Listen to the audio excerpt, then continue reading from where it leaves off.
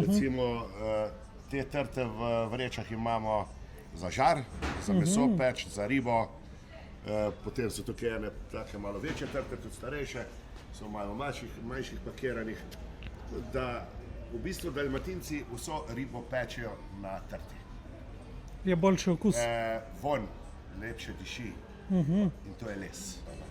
Katero vino pa imate? Pri nas imamo približno 13 različnih tipov vin, seveda cviček je paradni konj, potem imamo 5 različnih tipov frankin. Je slovenski? Vsa ta vina so naša lastna pridelava z naših vinogradov. Potem imamo še od belih vin rumeni muškat, chardonnay, modro frankinjo, rosé. Imamo tudi šmarnico, mislim peneče vino iz rumene šmarnice, polsuho. Obstaja tudi ledeno vino, tako da se nekaj kar najde za vsakogar. Ledeno vino? Ledeno vino, ja. Smo ga trgali 20. novembra leta 2009 pri -19 stopinj. Cena je tudi temu primerna, steklenica stane 80 evrov.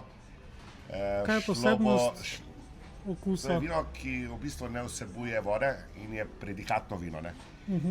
Ledenega vina se pa več ne da pridelati, ker ni več pogojev. Zato boš cena šla samo gor. Tega imate dost? Ja, obdelujemo 4 hektarje vinogradov, 15 tisoč trt. Gadova peč, to je od Kostanjevica Podbočje, to so te igrički gor. Tako da vse to, kar je pa tukaj, pa naša lastna pridelava in prodaja. Tako da. Evo, izvolite. Najlepša hvala. Malenkost.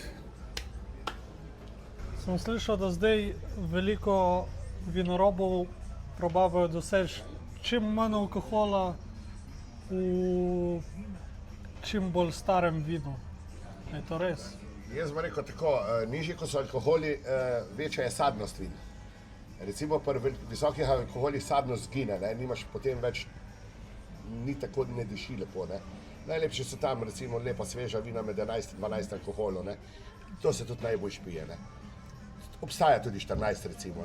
Drugače pa naša vina se vrti od 10 do, ajde ta je najmočnejši 14. Pa tam do 12 pa pol, 13. To je super.